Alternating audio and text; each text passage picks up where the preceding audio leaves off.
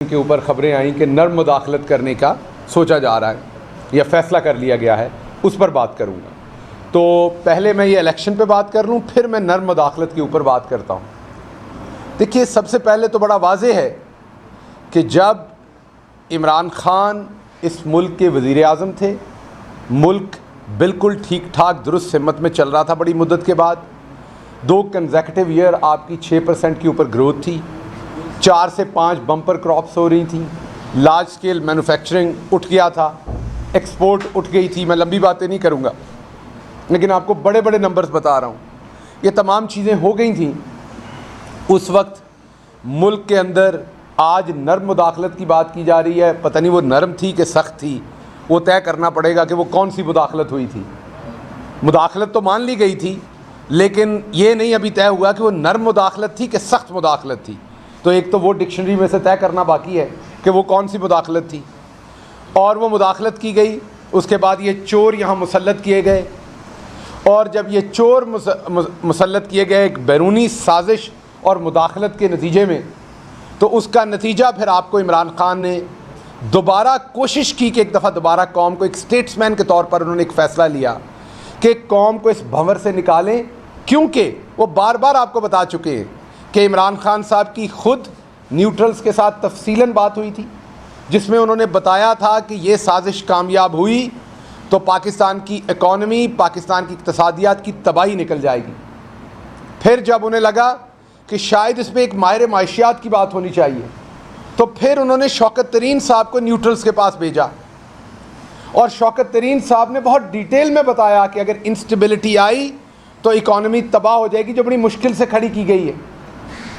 उसके बावजूद साजिश और मुदाखलत कामयाब हुई, हुकूमत को चलता किया गया। हुकूमत ने, एक इमरान खान ने इनकी तरह इक़्तिदार से चिमटे रहने की बजाय जब डिप्टी स्पीकर ने अपना आइनी हक इस्तेमाल करते हुए एक रूलिंग दी, तो इमरान खान ने अपने लिए, कौम के लिए, कौम के फ़ायदे के लिए एक कुर्बानी दी।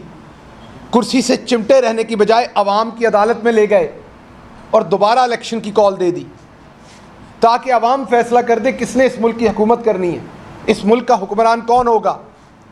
लेकिन आपके सामने फिर तमाम पाकिस्तान की ताकतें इकट्ठी हो गई उस एक नेक काम को फ़ेल करने को, उस कुर्बानी को फ़ेल करने को। जैसे एक बाप अपनी औलाद के लिए कुर्बानी देता है, उस दिन इमरान खान ने कुर्बानी दी थी पाकिस्तान के लिए, लेकिन तमाम ताकतें मिल गई इमरान खान की उस कुर्बानी को रायगा करने के लिए, ताकि कौम पे बुरा वक्त आए। कर दी गई वो रायगा। इमरान खान ने फिर हंस के सह लिया, मैंने उनके साथ देखा उनको, उन्होंने फिर दूसरा जुल्म हंस के सह लिया।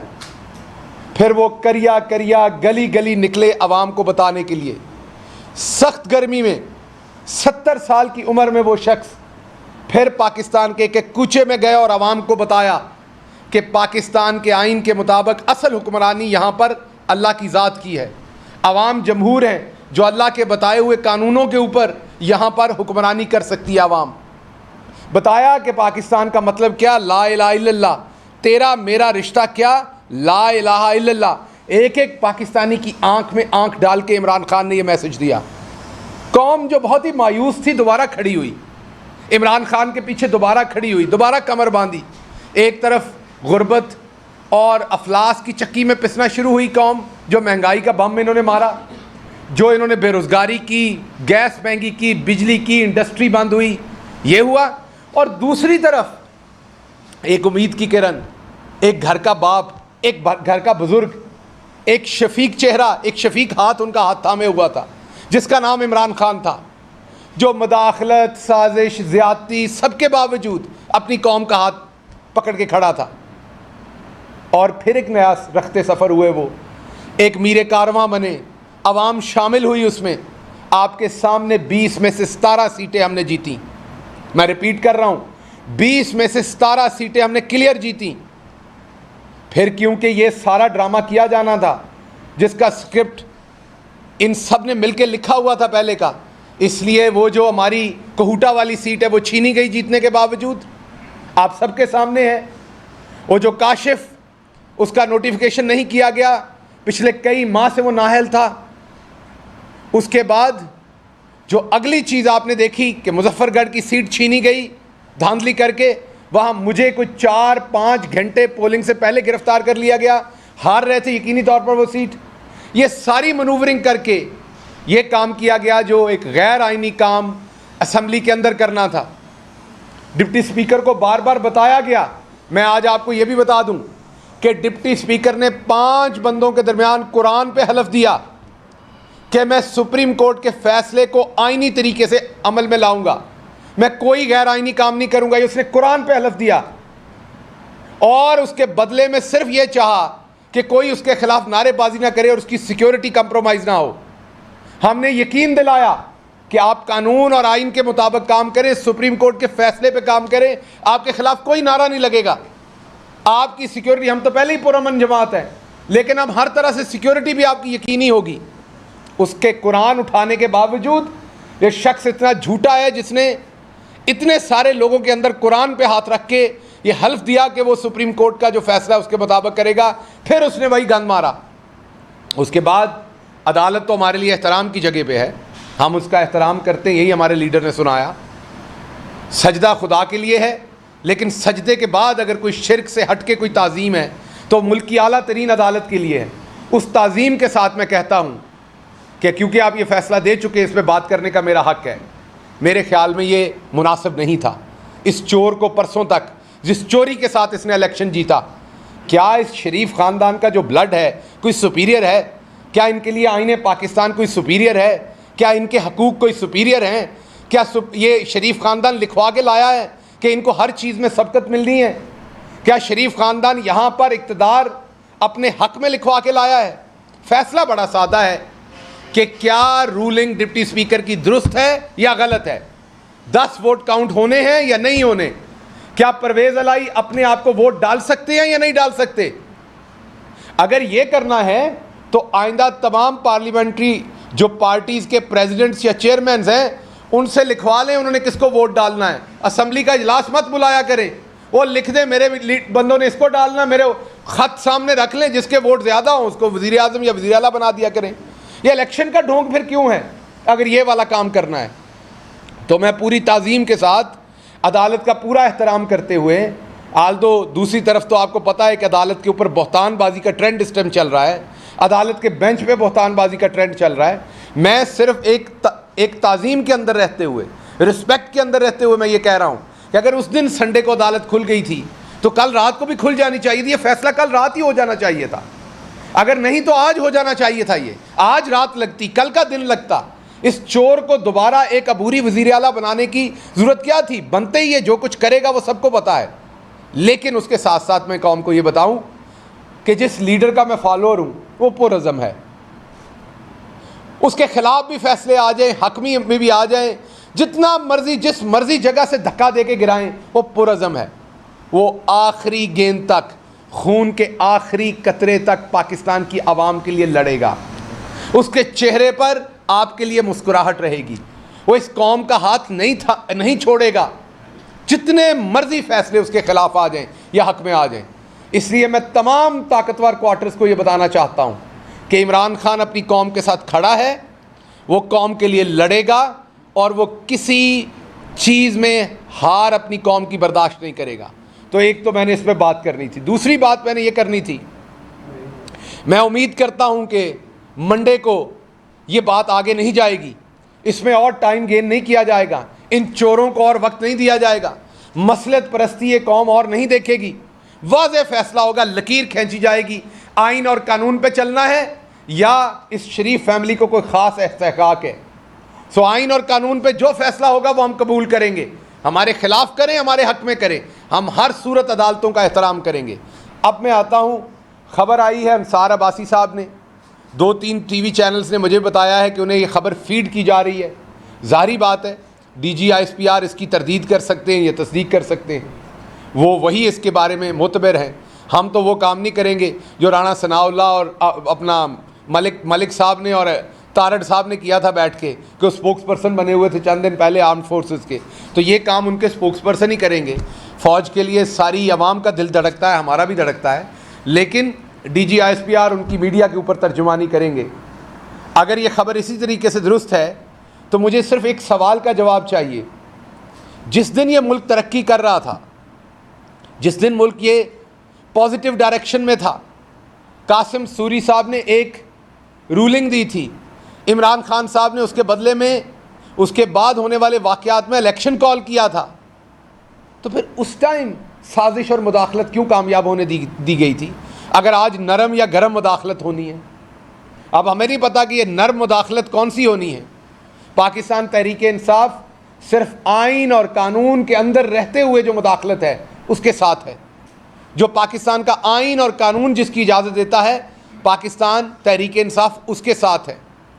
इमरान खान पहले दिन से जनरल इलेक्शन कह रहे हैं, उन्होंने इक़्तिदार से चिमटे रहने की बजाय खुद इलेक्शन का ऐलान कर दिया। लेकिन अगर आज इलेक्शन में जाने का आपने फैसला किया है तो फिर कौम सवाल पूछेगी, ये जो $7.5 अरब का आपका फॉरेन रिजर्व्स आपके गिर गए हैं, ये जो डॉलर 40-50 रुपए नीचे चला गया, 50 से भी ज़्यादा 60-70 रुपए और नीचे चला गया डॉलर, ये जो कीमतें इतनी ऊपर चली गई, ये जो बेरोज़गारी हुई, पाकिस्तान का तमस्खर उड़ा, पाकिस्तान की इकॉनमी की, पाकिस्तान की सियासत की, अखलाकियात की तबाही हो गई, इसका ज़िम्मेदार कौन होगा इस सारे पीरियड में? अगर अक्टूबर में ही इलेक्शन करवाना था तो जब इमरान खान ने कहा तब क्यों नहीं? जब इलेक्शन का ऐलान कर दिया गया था तो तब मुदाखलत और साजिश जो कामयाब हो रही थी उसको क्यों रोका गया? तो इसलिए मुझे ये लग रहा है, मैं अब जो लाइन दे रहा हूँ वो पार्टी लाइन नहीं है, वो मेरी ज़ाती लाइन है। मुझे ये लग रहा है कि ये ट्रक की बत्ती है नहीं, ये जो सब कुछ उधर लाहौर के अंदर हो रहा था, ये उससे डाइवर्ट करने की एक कोशिश है, ये डाइवर्जन क्रिएट की गई है, ये उस फैसले पे असरअंदाज होने की कोशिश की गई है, ये डाइवर्जन क्रिएट की गई है। नर्म मुदाखलत का एक अपने सहाफ़ियों के थ्रू नून लीग और दूसरों ने एक ख़बर मार्केट में फेंक के, ये मार्केट में गलत तरीके से ख़बर फेंक के इसको असल में जो अदालती फ़ैसला उस पर असरअंदाज होने की कोशिश की गई है, एक माहौल बनाने की कोशिश की गई। ये फ़ैसला जो है वो इतना शायद उसकी अहमियत नहीं रही क्योंकि अब तो वैसे ही इलेक्शन में जा रहे हैं। सो ये ट्रक की बत्ती है, अवाम इस बत्ती को ना देखे, अवाम अपनी गैरत को देखे, अपनी इज़्ज़त को देखे, अवाम ने जहाँ वोट दिया उसकी प्रोटेक्शन देखे। और ये जो टके टके के चोर हैं जो चोरी करने के बाद कहते हैं एक जरदारी सब पे भारी, इस तरह का भारीपन तो कोई भी कर सकता है, इस तरह की गलाजत तो कोई भी कर सकता है, इससे क्या फ़र्क पड़ता है? इसलिए मैं कौम के सामने ये रखना चाहता हूँ, हम आइन के साथ खड़े हैं, पाकिस्तान के आइन के तहत अर्ली इलेक्शन के साथ खड़े हैं। जो कुछ इस मुल्क के साथ किया गया पिछले 3 महीने, उसकी ज़िम्मेदारी भी किसी को लेनी चाहिए। एक बना हुआ मुल्क जिस तरीके से उसका पूरा इन्वायरमेंट उसको बिगाड़ा गया, पाकिस्तान को जिन ख़तरात के करीब ला के खड़ा कर दिया गया, उस सब का जवाब किसी ने देना है। और रहे ये लोग, ये तो टके टके के चोर हैं, इनको तो आप पाकिस्तान बेच देने को कहें तो खुदा ना खास्ता ये पाकिस्तान बेच देंगे अपने फ़ायदे के लिए। इनसे हमें क्या तवक्को, ना शर्म की, ना हया की, ना किसी और चीज़ की। तो इसलिए ये जो नैरेटिव फेंका जा रहा है नर्म मुदाखलत का, ये ट्रक की बत्ती है, ये डाइवर्जन के सिवा कुछ नहीं है। पूरी कौम जो है वो सुप्रीम कोर्ट की लाहौर रजिस्ट्री को देख रही है।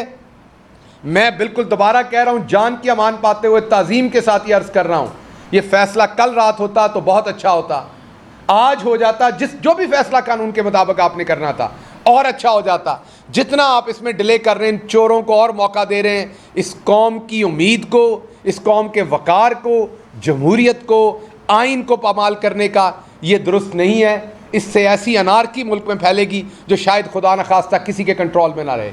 बहुत शुक्रिया। गिल साहब ये बताइएगा कि क्या इस वक्त तक जो सूरत डेवलप हो रही है, खान साहब निकले, फिर ये एक बड़ी लंबी लीड से आपकी कामयाबी भी हुई, इसके बावजूद कि हुकूमत उनकी थी, सारे मामला उनके साथ थे, तो अब क्या कोई इमरान खान साहब से कोई एस्टेब्लिशमेंट राब्ते में है कि आइंदा अगर इलेक्शन अर्ली हो जाती है, उनका डिमांड पूरा होता है, तो उसमें क्या स्ट्रेटेजी हो सकती है खान साहब की और आपकी पार्टी की? देखिए, राब्ते में बैकडोर राब्ता आप कब करते हैं? जब आप कुछ ऐसा मांग रहे हों जो आप कौम के सामने नहीं मांग सकते, कोई ऐसी एडजस्टमेंट, कोई ऐसी फेवर। हम तो ऐसा कुछ नहीं मांग रहे। हमने बैकडोर राब्ते क्यों रखने हैं? हाँ, अपने मुल्क के लिए आप सबके भी राब्ते होते हैं सबसे, वो एक और बात है। जब कोई करना चाहे मुल्क की, जहाँ पर बात, जब सियासत की बात है वहाँ पे बड़ी क्लियर हमारी पॉलिसी है। अर्ली इलेक्शन इमरान खान साहब कह चुके हैं कि फ़ौरन इलेक्शन कॉल करें, इमीडिएट, उसी दिन हो जाने चाहिए थे, ये सब कुछ नहीं होना चाहिए था। अगर कोई आज करना चाहता पाकिस्तान के आइन के तहत फ्री एंड फेयर इलेक्शन, लेकिन अगर इस तरह का इलेक्शन जैसा इलेक्शन कमीशन हमारे साथ रवैया कर रहा है तो ये इलेक्शन तो फ्री एंड फेयर नहीं होगा। तो अगर फ्री एंड फेयर इलेक्शन तो आप आज शाम तक क्यों राब्ता करना है, आप शाम को अनाउंस करें, हम उसके लिए तैयार हैं। तहरीक साहब ने कोई कैलकुलेशन भी कर रखी है, मुतालबात भी किए जा रहे हैं, आप कब तक इलेक्शन चाहते हैं? देखिए, हम तो इलेक्शन उसी रात चाहते थे। हम समझते हैं कि पाकिस्तान को जिस भंवर में डबो दिया गया है या डबोने की कोशिश की जा रही है, उसका एक ही तरीका है कि जमहूर जो है वो अपना हक इस्तेमाल करे, ये बताए कि जमहूर किस पे एतमाद करती है इस भंवर से निकालने के लिए, वो किसको वोट देती है, कौन आके फिर मुश्किल आसान सारे फैसले यहाँ करता है। अगर हमने ग़ुलामी में रहना है, अवाम हक देती है तो ग़ुलामी करते हैं। पाकिस्तान ने आज़ादी के साथ अपने फ़ैसले खुद करने हैं तो कौम वो फ़ैसला करती है। किसी फ़र्द वाहद को, किसी वाहद पार्टी को, किसी एक शख्स के पास, किसी दो शख्स के पास, 10 शख्स के पास ये फ़ैसला नहीं है। ये जमहूर ने करना है, अवाम ने करना है, उसका एक तरीका मुतय्यन है आईने पाकिस्तान के अंदर। पाकिस्तान तहरीक इंसाफ वो चाहती है, हमारी कोई और कैलकुलेशन नहीं है। हमारी कैलकुलेशन पाकिस्तान की कौम है। जब हम XYZ की इक्वेशन को कैलकुलेट करते हैं, कोई भी अलजबरा की कोई भी इक्वेशन रन करते हैं, और जब हम अपनी कौम की गैरत को सामने रखते हैं तो खुदा की कसम कौमी गैरत जो है उसका जवाब ज़्यादा भारी आता है किसी भी इक्वेशन से।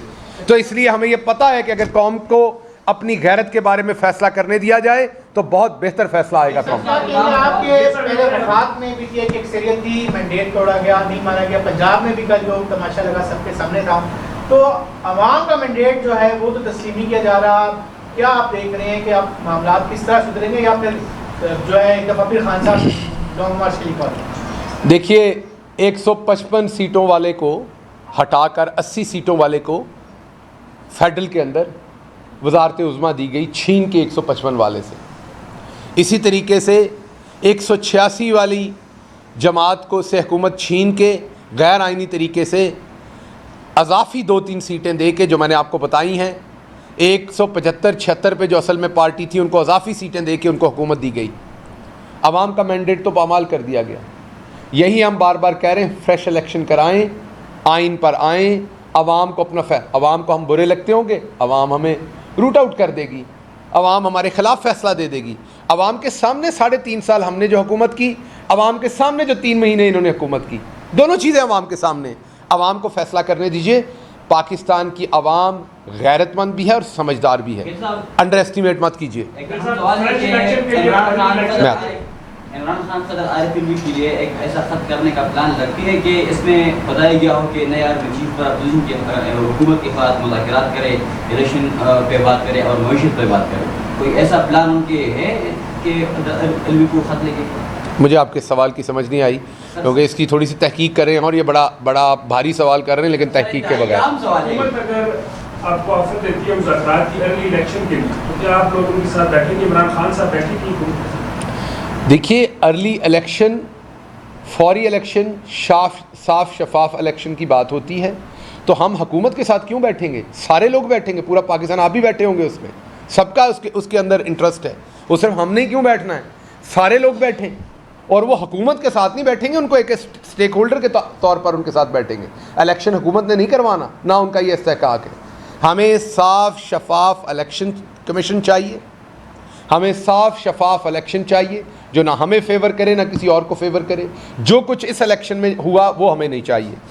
उसके लिए पूरी कौम को सब कुछ नज़र आ रहा है, कौम सब कुछ देख रही है, और अगर आपने कौम को मज़ीद दीवार के साथ लगाया तो यकीन कीजिए कि अगर कौम का लीडर घर से पैदल निकल पड़ा, फिर आपको नहीं पता कि इस कौम ने किस तरीके से उबल के बाहर आना है, फिर किसी के पास कुछ नहीं रह जाना। इसलिए इतनी देर मत कीजिए, आपसे गुजारिश है कि पाकिस्तान के आइन पे अमल होने दीजिए। अच्छा, नरम मुदाखलत को आप क्या समझ पाए हैं? तहरीक साहब क्या आपकी राय है? नरम मुदाखलत को मैं ट्रक की बत्ती समझ पाया हूँ, ज़ाती हैसियत में कह रहा हूँ। ये ट्रक की बत्ती है, ये मनूवरिंग करने की कोशिश की गई है इस खबर के साथ, और ये ख़बर यकीनी तौर पर जो फ़हद हुसैन है स्ट्रेटजिक मीडिया चला रहे हैं नून लीग के लिए, ये उनकी इख्तरा है। फ़ौज को भी इसमें बदनाम करने की कोशिश की गई है। ये क्योंकि हमेशा से फ़ौज को एज़ अदारा बदनाम करते हैं, फ़ौज को एज़ अदारा बुरा भला कहते हैं, फ़ौज को एज़ अदारा ये उसको डिस्क्रेडिट करना चाहते हैं। आज फिर इन्होंने फ़ौज को एज़ अदारा टारगेट किया है। जैसे इन्होंने पिछली दफ़ा, आपको याद होगा, वो बैठे हुए साहब जो हैं जावेद लतीफ़, जिन्हें मेरा मतलब कोई लोकल बात करनी चाहिए, को बात करनी चाहिए जो लोकल पॉलिटिक्स की, वो बात कर रहे थे बैठे कि हमें मजबूर करके हुकूमत में लाया गया, हमें ब्लैकमेल करके हुकूमत में लाया गया। एक तरफ ये कहते हैं इन्हें ब्लैकमेल करके, दूसरी तरफ छोड़ते नहीं जो चीज़ इन्हें मिलती है, उसके साथ चिमटे हुए हैं। तो ये बेशरम और झूठे लोग हैं। इसलिए आज इन्होंने ये नई इख्तरा बुनी है ताकि सुप्रीम कोर्ट पे जो कौम की पूरी तवज्जो है और टीवी चैनल्स का पूरा तबसरा है वो नर्म मुदाखलत की तरफ चला जाए और सुप्रीम कोर्ट के फ़ैसले की जो अहमियत है, जो पूरी कौम का फोकस है, वो हट जाए और उसमें से ये कोई ना कोई लकूना निकाल के, जो कि नहीं निकल सकता इंशाल्लाह, लेकिन निकाल के और ये अपना कोई राय फरार लें। उन्होंने कहा कि ज़मीन गर्म कर देंगे कौम और कितनी बा अल्लाह ही खैर करे। कोई ज़मीन गर्म कर रहा है, कोई मुदाखलत नरम कर रहा है। ना मुदाखलत कभी नरम होती है, ना ज़मीन कभी इतनी गर्म होती है। मौलाना तो उन्हें नहीं कहना चाहिए, फजल रहमान है वो, एक मेरा मतलब छोटे मोटे लेवल की चोरी करते हैं वो सियासत में आके, तो वो उन्होंने एक ऐसा नाम बना दिया, हम सबके मुंह पे चढ़ गया, हम कहते रहते हैं, वो फ़ायदा उठाते हैं उस चीज़ का। तो फजल रहमान साहब जो हैं, उनकी इतनी औकात नहीं है कि वो 10 फुट ज़मीन भी गर्म कर लें। ये अल्लाह ने उनको इतनी औकात नहीं दी हुई। उनके अंदर जितनी गैस है वो छोड़ के देख लें, 10 फुट की ज़मीन भी गर्म नहीं होगी। ये मेरे मौला की ज़मीन है। इस ज़मीन में बहुत सारे उसने फजल रहमान जैसे जो फ़रौन है वो समाये हुए हैं इसी ज़मीन के अंदर। आपने और मैंने फजल साहब इसी ज़मीन के अंदर चले जाना और इस ज़मीन ने सी की आवाज़ आपकी बाहर नहीं निकलने देनी। एक दिन मैंने और आपने इसी ज़मीन के अंदर जाना है और आपके अंदर जितनी गर्मी है ना, वो इस ज़मीन ने समो लेनी है और कहीं धूल में उड़ जानी है आपकी वो सारी गर्मी उस दिन। कोई नाम लेवा नहीं होना आपका, जो आपका किरदार है। इसलिए रब की ज़मीन पे अल्लाह ने कुरान में वाज़े फरमाया, मैं कोई आलिम नहीं हूँ, कोई बहुत बड़ा मजहबी स्कॉलर नहीं हूँ, इसलिए मेरी माफ़ी अगर मैं आगे पीछे कोई लफ्ज़ हो जाए, उसकी पेशगी माजरत। लेकिन अल्लाह ने वाज़े फरमाया कि इस ज़मीन पर अकड़ अकड़ कर मत चलो। तो इसलिए इस ज़मीन को गर्म करने की बातें ना करें। ना आपकी औकात है ज़मीन गर्म करने की, ना आप कर सकते हैं। और अगर कर सकते हैं तो हमें दिखाएं आप में क्या गैस है जिससे आप ज़मीन गर्म कर सकते हैं। और कर सकते हैं तो कोई 5 फुट ज़मीन भी मुझे गर्म करके दिखाएं कहीं बैठ के। तो इसलिए आप ये नहीं कर सकते और ना ही कोई मुदाखलत नरम होती है और ना ही पाकिस्तान की कौम जो है वो ना किसी गैर आइनी मुदाखलत के लिए तैयार है, ना नरम के लिए, ना गर्म के लिए, ना सख्त के लिए। पाकिस्तान की कौम सिर्फ़ और सिर्फ आईने पाकिस्तान के तहत अर्ली इलेक्शन के लिए तैयार हुई है। आपका बहुत शुक्रिया।